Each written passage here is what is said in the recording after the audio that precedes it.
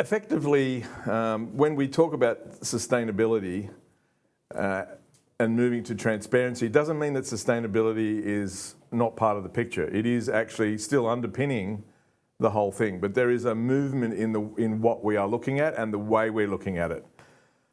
The reality is sustainability has a lot of complexity attached to it, and we need information to be able to make decisions. And often sustainability and getting to where we need to go involves trade-offs, and without the depth of information, we aren't in a position to use that information to actually determine what the best solution is.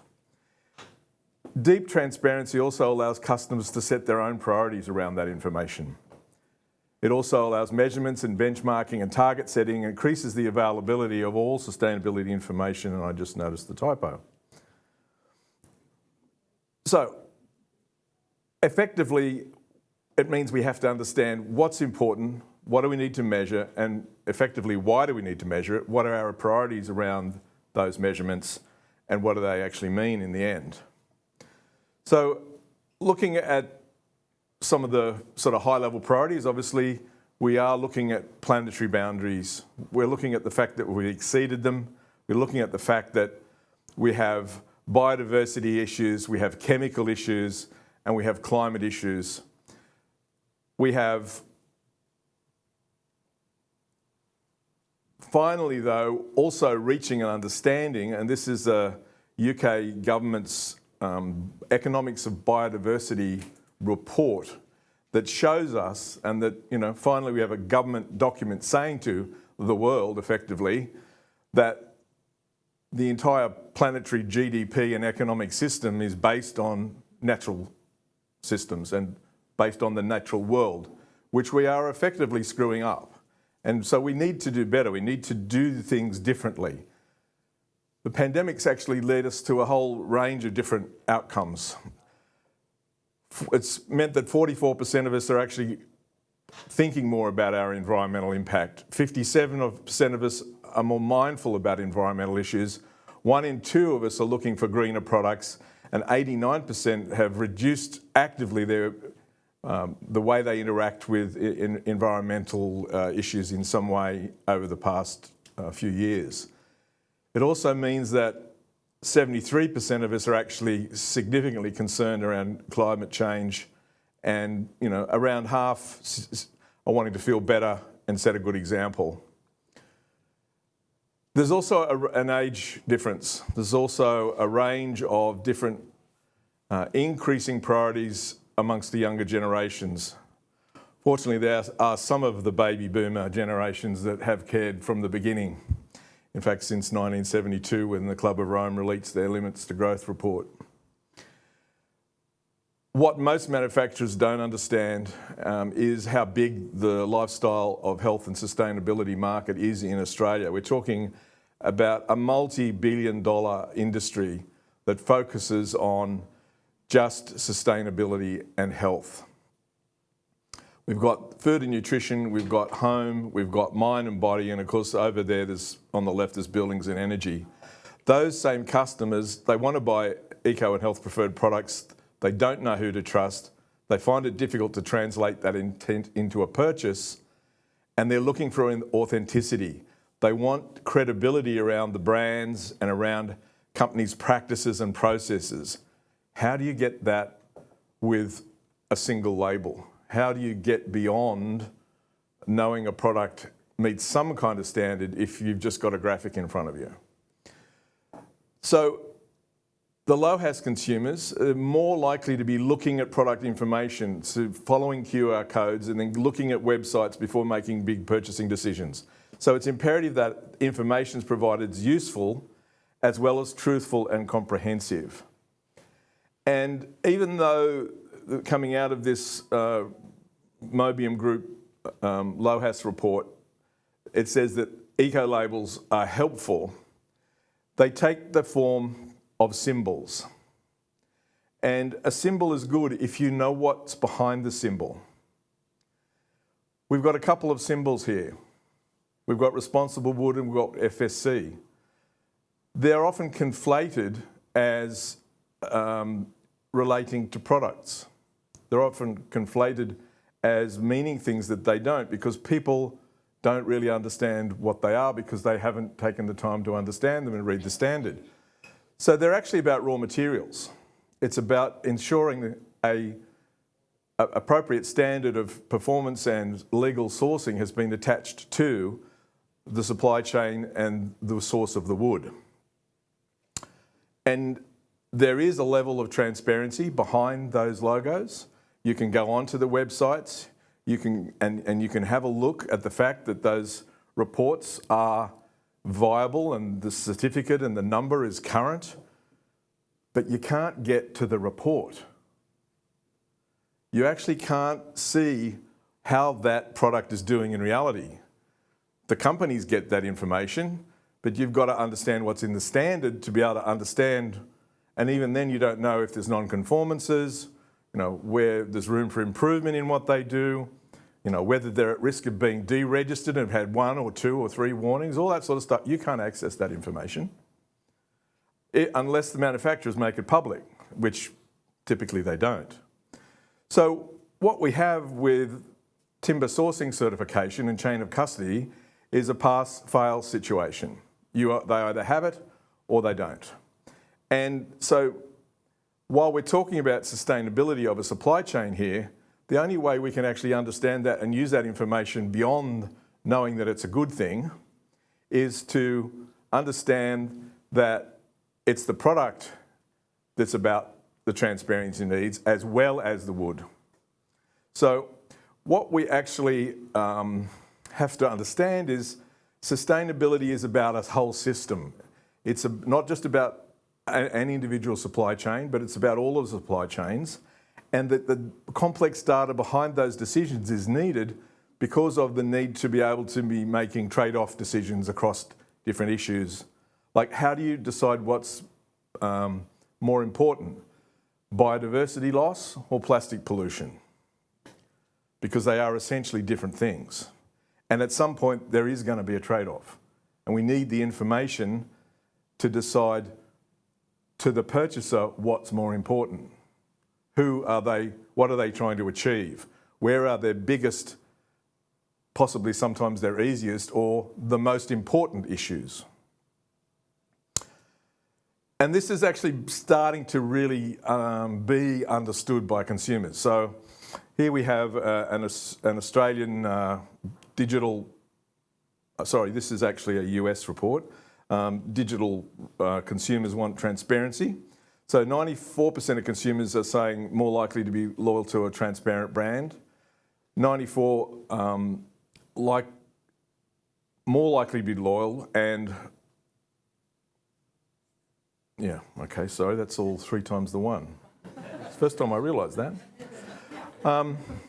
So what's coming out of this at a global level is those brands that have embraced transparency and authenticity are actually finding that the consumers are doing the market for them. So ultimately, what we're talking about are transparency at all levels, at a corporate level, at a whole product and factory level, at a raw material supply chain level, and at an ethical label level, supply chain, factory, and company. So what they're calling radical transparency is actually companies being prepared to share all of this kind of information, whereas a lot of times they're sharing none or only very small sections of it. So at a company level, that looks like full-blown, transparent sort of ESG governance-related issues and performance reporting around that. At a whole product levels, we're talking about eco-labels and transparency declarations in combination. At a raw materials level, we're talking about chain of custody certification and hopefully, eventually, transparent reporting of the outcomes of the audits. Just as an aside, we just had an ISO 17065, which is a conformance assessment body report, and we got such a glowing response from our auditors that I wanted to put the report online. And they refused our ability to use their report online openly and fully transparently. Like they said, no, you can't do it. Just use the certificate. It's like, so frustrating. But anyway, effectively, when we look at ethical ethical labour, it's going to have to be a combination of risk assessment and audits. So ultimately, you've got different types of transparency required at different levels of organisations and products. Now, when we're measuring sustainability, we need to look at a number of different things. We need to look at how circular the resources. We need to look at the toxicity from a human and environmental health point of view, and at different stages of the life cycle, like ingredients have to be transported and then they arrive at a factory, and how are they dealt with. So that's an ingredient level hazard assessment. But then we need to look at, well, what exposure of the workers to those risks occurs. So that's about quality management and environmental management and occupational health and worker management within the factory. So that's a risk analysis process in its own right, worker health. And then at the end of the process, you get all of those ingredients combined together, and some of those toxic ingredients go to make very benign polymers or very benign high performance coatings. And that toxicity doesn't exist anymore. So you have to look at what the chemical reactions of what happens when you mix all the ingredients together and look at the healthiness in use. So that's 3 separate sets of toxicology information that you need to know if you want to have a look at the whole toxicity of a product. And then, of course, how do we make sure that these transparencies aren't greenwash? How do we make sure that the information is actually valid and true and not false? And then we also need some way of figuring out what's important. We need to figure out what we need to measure. And ultimately, as Jorge said, we're looking at damage to health, damage to ecosystems, and damage to resource availability as being the top 3 issues. But feeding into those issues, as you saw on Jorge's slides, and we're coming at this from a different point of view, because the issues on the left are the things that we consider in life cycle analysis. We have various impact categories that migrate into damage pathways that come down to endpoint indicators. So damage to human health, damage to ecosystems, damage to resource availability. And then we have ethical labour.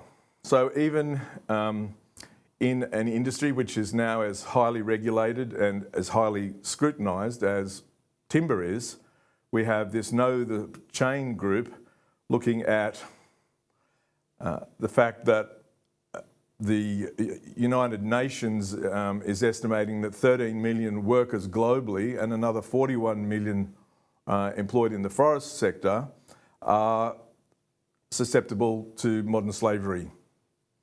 We have a need to look at, and PEFC and FSC do consider ethical labour, in their assessments, but then we don't get access to the reporting, so we don't actually know if there's marginal groups out there, but there's also a lot that aren't certified. So where is our timber coming from? I mean, the whole Russia war, Ukrainian war thing has shown us there's a huge amount of Russian timber migrating through China into the global markets because a lot of the softwood supply chains have collapsed. And they shouldn't have, if all of the wood was coming from where everybody thought it was. So there are issues out there. Ultimately, when we look at what's necessary for true transparency, we have at the bottom the need for circular and supported natural capital, so sustainable, healthy, viable, robust and flourishing ecosystems. We have a need for human and global and social capital that is healthy and fair and equitable. And then the manufacturing capital needs to be maintained. And what do we have to look at a product level to consider all of that together and measure those impacts as well? We use life cycle analysis. That's a very common and familiar form, albeit complex and expensive, but it's nonetheless effectively the building block of the base level of transparency. But the thing about life cycle analysis is it looks at impacts. It only looks at negatives. So we actually need to look at the benefits of products as well. we need to look at toxicity. Life cycle analysis looks at toxicity in a very, very high level way. It really doesn't look at it in detail, and it only looks at proxy indicators. So if we want to do health and toxicity properly, we need to look at it as an icon in its own right. And then we need an indicator for resource circularity, because even though life cycle impacts and life cycle benefits together will include the impacts, the inputs and the outputs and the benefits of that circularity, it doesn't give us an explicit indicator of how circular a product is. So we need effectively 4 combined metrics to be able to properly look at the circularity, and that requires transparency. So let's just look quickly at life cycle analysis. It's effectively the whole of all aspects of every ingredient at every stage of a product. It's high level, it looks at extraction, not circularity, and it doesn't consider benefits. And therefore it excludes the ability to model natural systems. So we've all, I guess, have we seen this program on the ABC? It's one of their current campaigns. What's Australia's favourite tree? Okay, so that's an emotive thing. People are going to respond to beauty and practicalities and smells and pollens and bees and birds. I'd like to reframe the question. What's Australia's best tree? How do we tell that? Do we have a measure? Where do we get carbon drawdown, pollution reduction, soil carbon growth, oxygen generation, increases in birds and insects and mammals, increases in rainfall, decreases in urban temperatures, improvement of human health and improvement of mental health? How do we measure all that? Well, we actually have a pathway. We can measure it. At the moment, current LCA stops in the middle at a 0 impact, but we can actually measure nature positive impacts, and we use that using life cycle benefit analysis. We take all of the impacts that we currently measure and we flip them, effectively creating measures of positive outcomes. And together, we can use those quantified, detailed metrics to measure what's Australia's best tree. Without that, we actually have no way of quantifying a circular nature system. We have a full set of indicator models for natural systems. And what becomes interesting when you look at what indicators do, we have a material circularity indicator, such as the Ellen MacArthur Foundation's Material Circularity Index. It looks at resources. It says it looks at nature, but when you look at the indicators, they're all about resources. We have a material toxicity. We have services out there like the Health Product Declaration, like Declare, like our Product Health Declaration, and that looks at toxics from a people and nature point of view. We have life cycle impact assessment reporting and the sister or daughter product, if you like, environmental product declarations, summary life cycle assessment report. That looks at people, climate, nature and resources out. So it's a negative issue only, and life cycle benefit analysis looks at those same issues in a positive sense. So this is the page of the Ellen MacArthur Foundation's Material Circularity Index. I ask you to look at the indicators. Materials reused, materials recycled, recycling efficiency, the lifespan, the functional units. One of the top 3 indicators that the Ellen MacArthur Foundation talks about, as you heard Helge say, the third one is regeneration of nature. Where is that indicator in their indicator?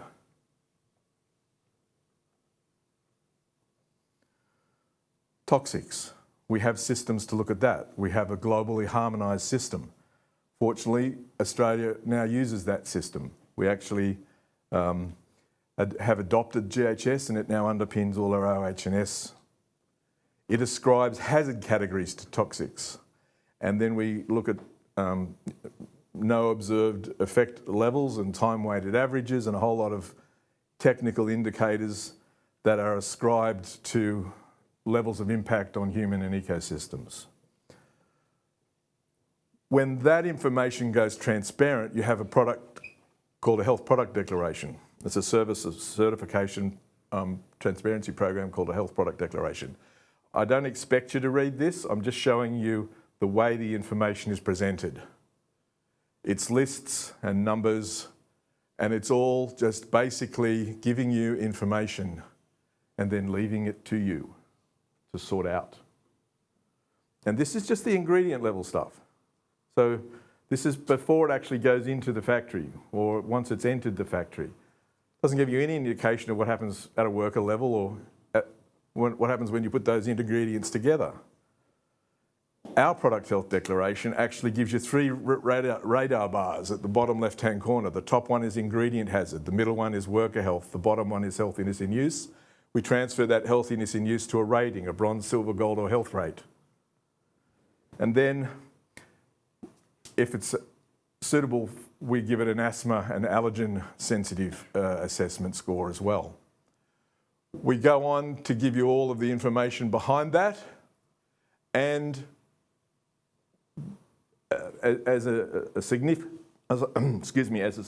part, you won't ever get a product health declaration that has substances of very high concern, because there's a whole lot of banned ingredients that sit behind this. So to meet the prerequisites to get one of these, it has to already be a better product. We give you the information, the chemical information, we give you the hazard score, we give you a colour for each of the life cycle stages, and then we explain in plain English language how we get from one to the other, why there are changes, what mitigates the risk from one stage to the next. It's all explained there for you. So when we look at what the indicators of choice are, yes, we still need a material circularity indicator, because that gives you a score for the circularity of the resources. We need a toxicity indicator, because that looks at the detail toxicity across multiple life cycle stages. We need life cycle analysis and life cycle benefit analysis, because together they give us the total global impacts and benefits of a product at a chemical and quantified level that enables life cycle impact assessment of buildings and projects. Without that information, we can't build up pictures. Buildings and infrastructure are made of products. So to get and services, of course, but to get the embodied impacts of buildings, we need to be able to put a whole lot of LCA information together in the quantities of the building and then press a button and come up with the impact of the building. So that effectively needs tools, automated tools, because that's an incredibly complex process. So it needs automated tools.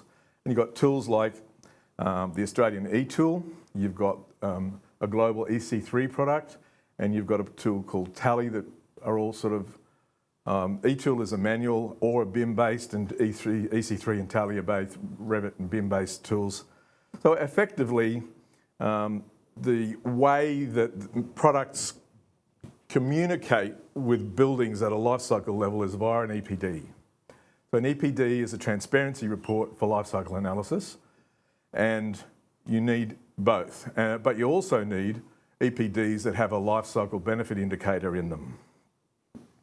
So what is an EPD? Well, effectively it's a transparency report for LCA, but summarised.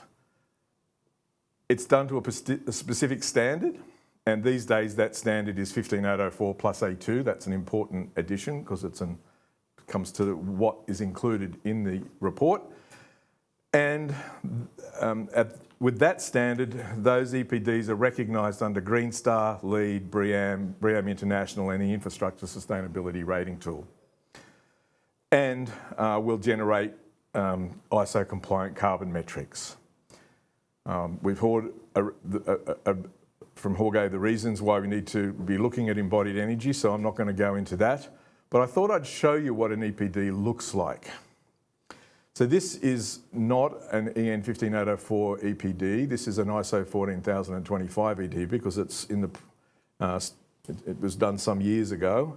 While and even now, some of the Green Star tools like design and as-built and interiors still recognise ISO 14025 EPDs.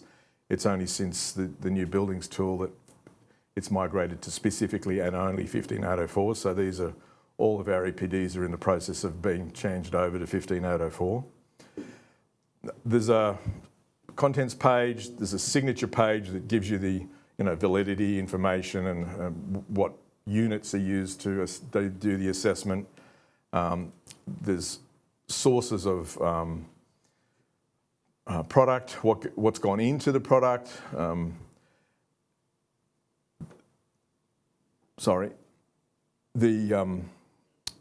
The specific details of the life cycle indicators. This particular page is the important page that gives you and all of the life cycle consultants, because at the end of the day, an EPD is not a marketing document. It's a technical document, and really the only people who are going to use it, except for one indicator, even understand it except for one indicator, are life cycle analysis consultants. And the one indicator they will recognise is this one, which is the global warming. Now, you'll see here that there's a negative attached in front of that number. That means that this actually is a carbon sink. So this is the WeatherTech's natural range. It's a carbon sink. So it's storing carbon that has come out of the atmosphere in that product while ever it's on the building. And that's an important fact. But then the rest of it looks at the process, it looks at what the life cycle scope is, and then goes into a whole lot of technicalities about data quality and a whole lot of other issues, references and so on. So ultimately, it's a very technical document. You'll never read past page 1 or 2, or maybe 3, and the only people who are really going to use it, except for that one indicator, are LCA consultants. So, but it is the technical evidence that you need for products in Green Star buildings, and probably some of the future tools as they move forward. The Infrastructure Sustainability Rating Tool, BREEAM, LEED and EarthCheck. So as we move on from carbon, the other things that we look at are resources, and there's a specific focus on resources in the Green Star buildings and in LEED. There's a specific focus on health in LEED and Green Star buildings and the well rating tool. And if we have a quick look at the well rating tool, so we've got some problems with the slide formatting here. We've been getting away with it to date. So anyway, we'll basically say there's two issues: materials transparency and materials optimization. So these require transparent hazard ingredient reporting, and the optimization basically looks to have certain substances of very high concern banned or moved out of the products. So effectively, you have that ingredient transparency required plus enhanced content requirements in the well and the Green Star rating tools and the LEED rating tools. You have different requirements in the as-built and the interiors tool, because currently for the next couple of years they require either sustainable product certification, which is effectively just an eco label, like you saw on Jorge's slides, the Global GreenTag green rate. Or under the life cycle impact reduction credit, it's an indirect requirement for an EPD because the credit's about a life cycle impact of the project, and so it's the projects that comes to manufacturers to ask for the EPDs to be able to aggregate up into the whole of project LCA. And so, again, you saw these slides from Jorge this morning, so I'm not going to dwell on them. The reality is that as we're moving forward, there's a significant increase in the focus on products. In the old tools, there were so few credit points attached to materials that particularly at a design and as-built level, the projects often just ignored them. It wasn't an issue. Pretty much each of one of those individual sections now under responsible products has the same number of points attached to them that the entire product section had last time. So there's been a really significant increase in the number of points attached to products and materials. And so in this tool, projects are going to have to deal with responsible products in their projects, or they won't be getting the, because it's nearly 20% of all points relate to products now. So ultimately, a lot of the emphasis in that scoring system that Jorge was talking about this morning is on transparency. So we've moved from their focus on eco-labels to a focus on transparency. And moving that transparency across the different aspects within products is going to be what's important. So ultimately, what does sustainability mean? What does transparency mean? As I said before, it doesn't mean that sustainability is anything less important. What it does mean is we need to look beyond just doing less bad or doing 100% less bad, which is actually the definition of sustainability the way it currently is, to how we actually repair our relationship with natural systems, how we proactively seek net nature positive products and projects and communities, and think beyond raw material certification to finished products and systems. Understanding that when we talk about products and we talk about repairing natural systems, the circular economy people start talking about regenerating natural systems. But when you look at what they define that as, they talk about that only in the context of circular resources. They equate 100% circularity with restoring natural systems or regenerating natural systems. And that is actually a misnomer, because you cannot just create a circular material system while regenerating nature and regenerate nature. Because at a product level, it's very hard, unless it's a bio-based product that's actually going back to nature, which effectively is a net zero outcome. You absolutely need to be able to make a very big jump from a product to restoring or regenerating a natural system, because there's a difference in scale. When you think about regeneration and restoration, you're moving from a product level to a site level or a community level or a bioregional level. And so somehow or other, even though a bio-based product might be able to get involved at some level in enhancing natural systems, to move a technical type product, which is only using industrialised compounds and materials, into that restoring or regenerative context, somehow or other they have to engage in a complex biodiversity relationship. So, there's a lot of discounting of offsets at a renewable energy level, and I agree with that 100%, because nowadays the market's taking over the renewable energy just from a commerciality point of view.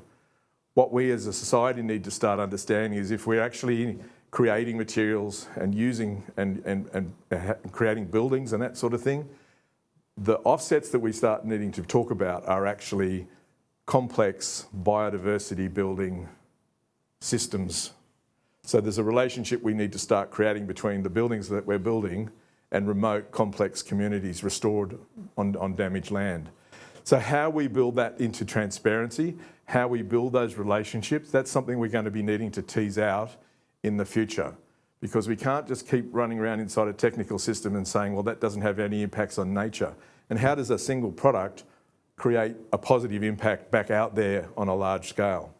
So that's the kind of transparency that we need to think.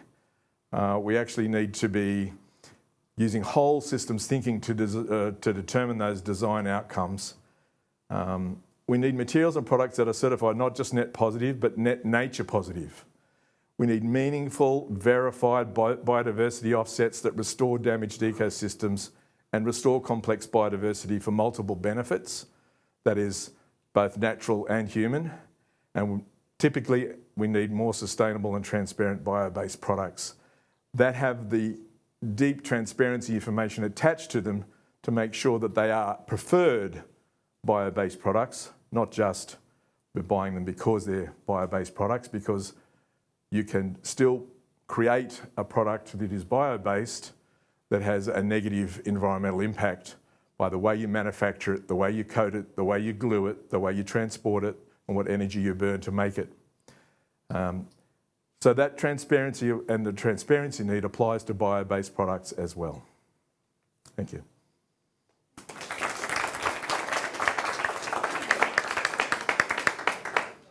Fantastic. Thank you very much for that, David. And what an amazing presentation that was. So we've just got a few questions that have come through on the live stream. So Vanda, should I go through one first? Sure. Fantastic. So, question for you, David. For timber that goes through the GGTI, look at the availability of the resource, i.e. does it look at the timber species being logged and whether it's listed on the IUCN red list for the ecosystem abundance? Yes, because basically we are looking at both legal sourcing. If it's not PEFC or FSC certified as a chain of custody level, then we're looking for legal sourcing, and then we're looking at impacts on threatened species and threatened communities, absolutely. Hi David, Patricia Torelli from the Australian Furniture Association.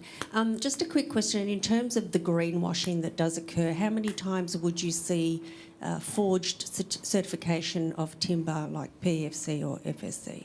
That's pretty common, and how do you spot it? Well, we don't ever accept a certificate at face value. We always back check it with the reference databases, attached to the systems. So that's one thing. We have, I suppose, over the years, we've had 2 or 3 instances where we have actually determined that the information that we've been given was not adequate, or in one instance it was a national timber certification scheme where the process was corrupt at a government auditor level, and we actually determined that the national system was broken because of corruption in that country. So, it's not easy, but it has happened, certainly. Fantastic. David, I've got another question on the live stream, and that is, does it advise as to whether there is an ecosystem sustainability replanting scheme to sustain the ecosystem and the community that the timber is being logged from? Sorry, repeat the question. So the question was, so for example, looking at the different reports, does it look at the ecosystem sustainability replanting scheme to sustain the ecosystem that the timber is being logged from as part of the transparency requirements? Within PEFC and FSC? Correct. I don't believe it does. I think most of them are plantation sources, and where they're not, I'm not actually 100% sure of that. So I'd have to refresh my memory on the standards. Fantastic. So first I had a comment. I just wanted to say thank you at the end of your presentation to mention regeneration and the fact that any material we put in our buildings are taken from somewhere. So even if we reduce our footprints to a maximum, we're still going to have some sort of footprint whatsoever. And it's where we come to offsets. And it's important to look at what the offsets are because of the greenwashing around there.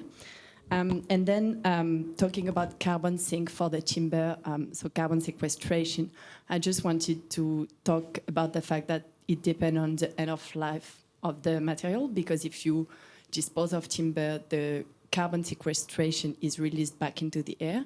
So I don't know, in GreenTag, if you take into consideration the end of life of the timber. And last question I had is your ingredient disclosure. So you've got transparency ingredient disclosures such as Declare. what percentage of ingredient do you include in GreenTag? Do you go 100% to 100 ppm in there? Yeah, so 100% to 100 ppm of each individual ingredient.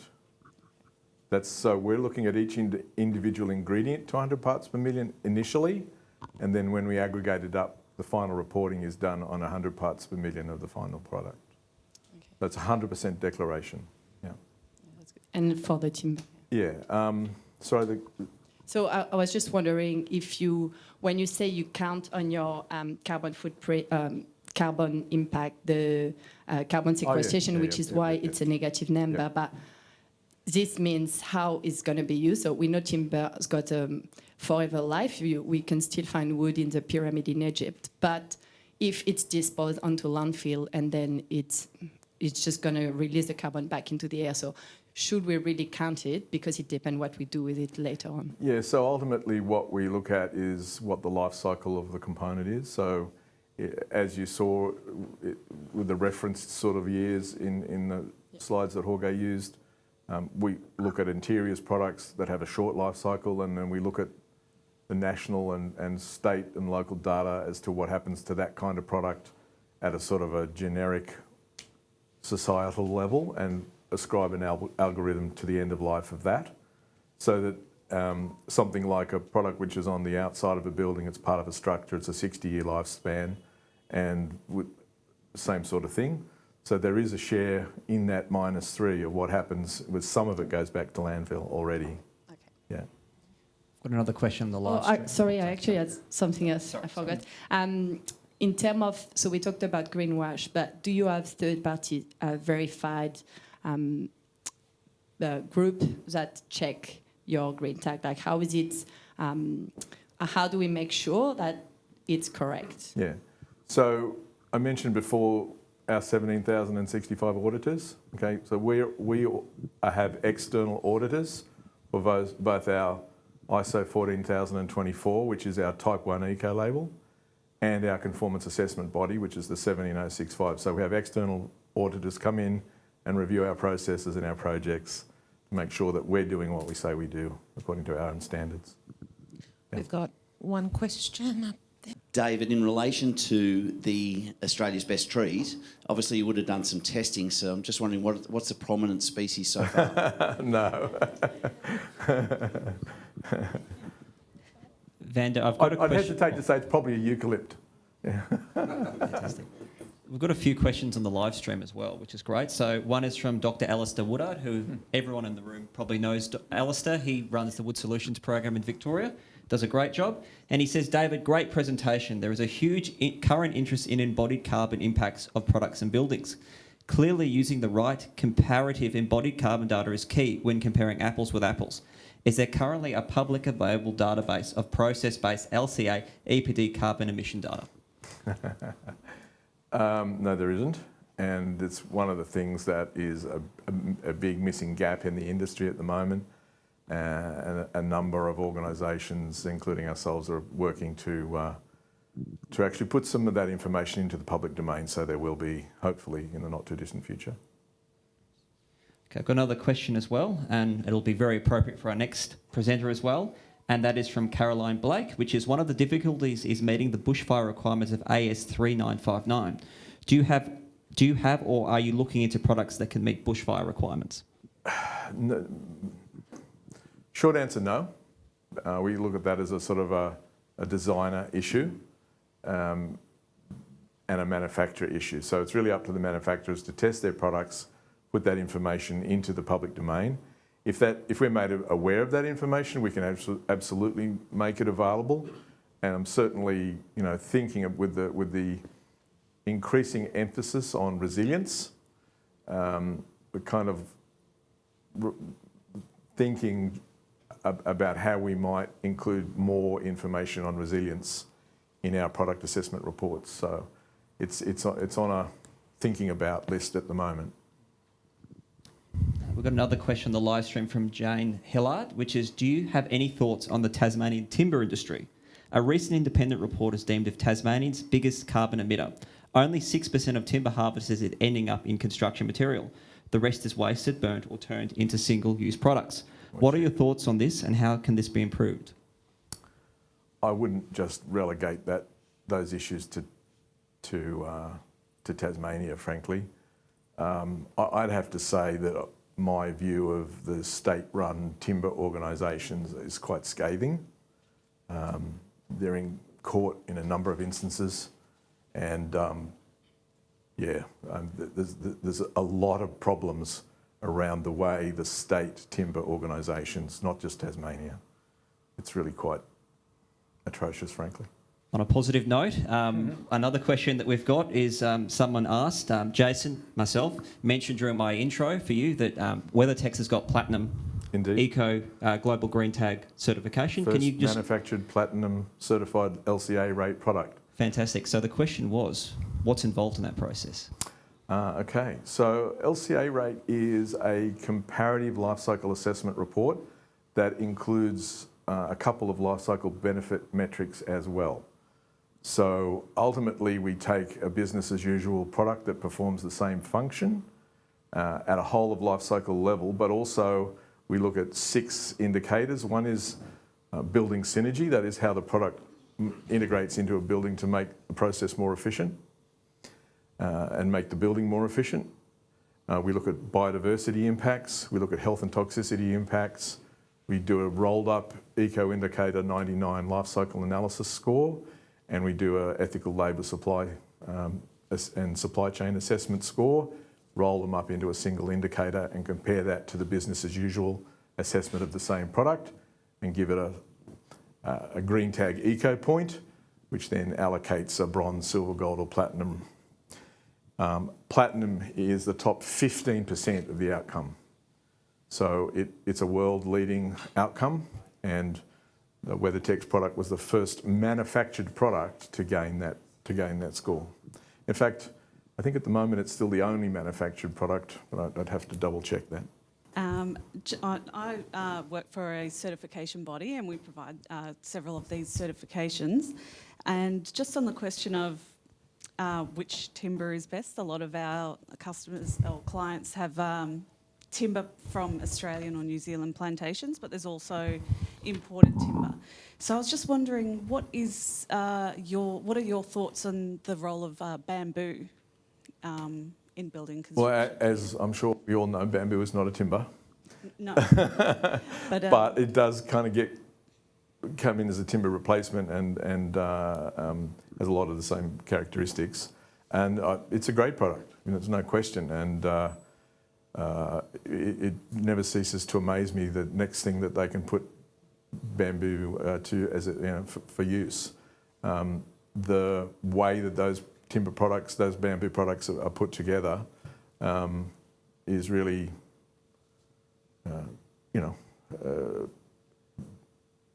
they're good products. I use them, when I've specified projects myself, I'd certainly specify, wouldn't have a hesitation to specify bamboo. We just draw the line at hemp. Do we? No, we don't. As long as it's low THC, yep. Any more questions? Let me just check. We've got... Thanks, David, for the excellent presentation. You talked about repairing damages to the nature. But, for trees, you can always replant and sort of manage that. But how do you do that for other products? Like, it's always you use some resources. It's impossible to replay or repair that, right? Yeah, I mean, it's hard to do it in a like-for-like basis. But we've got to understand, even with trees, they're never in isolation. They're part of an ecosystem. So unless it's a plantation like pine that basically trashes the ecosystem that it's in and basically overlays, a nothing but pine type outcome, that any plantation is going to become a complex ecosystem. So if a mine damages this ecosystem that it's in, and it can't be put back the way it was, and even if it is, the way governments have run mining, sort of restoration programs means that most of them are never going to happen. So it was basically just a con in the first place. The best thing that I can think of is to actually do some good somewhere else where you've got an existing, complex rainforest or grasslands or other sort of woodlands community, still growing near areas where those areas have been cleared for farming and the farming's no longer practiced properly or productively, and is to, as many of organisations like Green Fleet and Greening Australia do, they go in and they collect the local seed and they basically grow the seedlings up, and then they migrate those communities that were on that land back and just extend those communities sideways so that they become more complex. They will regenerate back to their original form, and therefore we're creating, a like benefit, maybe not exactly the same, but at least it is actually a restorative process that is engaging complex ecosystems. Because you've got to understand that, a tree's not a tree. Growing carbon is not about what's in the trunk. It's actually almost more about what's in the soil. It's about soil carbon, it's about all of the funguses and microsomes that are actually grow in the soil as a result of the increased moisture content and increased carbon content in the soil. And those complex communities are, below the soil, above the soil, and then in the communities for insects and birds and possums and koalas, whatever. It's those complex offsets build biodiverse eco communities, and that's the kind of thing I'm talking about. And yes, it's not exactly the same, but it is, I think, has to be considered that it's the next best option. Just assuming that most of the guests here today are actually designers of buildings, if they are specifying particular standards in the development of their projects, and then those products are switched out by an industry who shall remain nameless, who's collapsing at the moment because it's cheaper to do it their way and bring in products that are not certified. But those certificates that are adhered to that project are then used to justify something when it collapses. What's your risk mitigation strategy when Global GreenTag is listed as the certifier of a product that was used and was actually switched out and wasn't used, and you're in court having to defend that? Yeah, I don't see that really engages GreenTag directly. What it does is, ultimately, the reason that a designer would specify a certified product is to achieve a particular outcome. Now, if a builder or a developer or a project manager or whatever decides to swap that product out and the process allows that to occur, it really depends on the context of that building, whether it's following a rating system or not, or that project, whether it's a building or an infrastructure. The ability to swap comes down to equating or equal, because there's always potentially the ramification is, well, it's this product or equal. So whoever determines that it's equal has not done their due diligence properly, and the responsibility, in my mind, would fall on that body or that entity. So a court case, if such a court case was held, would really come down to why was the product specified that way? How was it not determined that it was equal? Because it didn't achieve X, Y, Z, and it doesn't have, GreenTag certification, but, it has maybe something else which isn't quite the same. So maybe that's where we do get engaged in saying, well, why is what's been used not the same as what you do? So, okay, I got there in the end, thanks, Patricia. But ultimately, the problem exists. There's a few sort of technical issues in the industry about the way things are structured. Design and construct contracts are one thing, and then this thing called value management, because it's actually a value de-management typically, because the processes and the people involved in assessing those value management processes don't have the expertise to actually proper understand what the or equal bit really means and its full extent. So ultimately all of those people involved in that chain of decisions, if that's how it occurred, would be, would have their necks on the chopping block.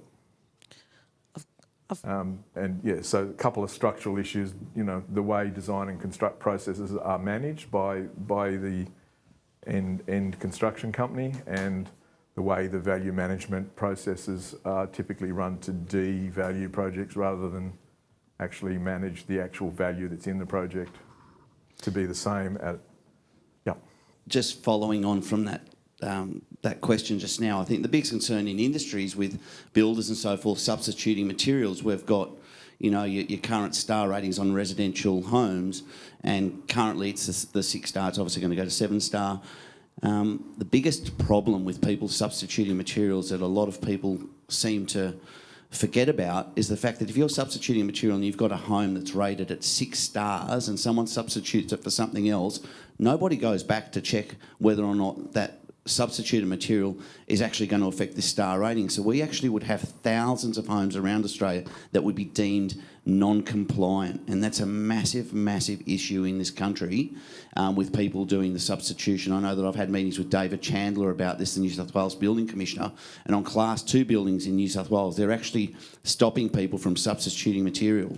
So you will not be permitted to substitute material, and we're looking to roll this out in all building class, and it's something that should be done because a designer is spending a lot of time and effort in researching the material that a client actually has agreed to, but a builder will substitute because he's got this inferior product that they've found, which they've installed many a time, and they can get a good discount rate because Dave down the road gives them a good price, and then the client's actually not getting what they have agreed to, and I think that's very poor, and I think that we need to create legislation throughout Australia that restricts people from substituting materials, otherwise we're going to get very poor building outcomes.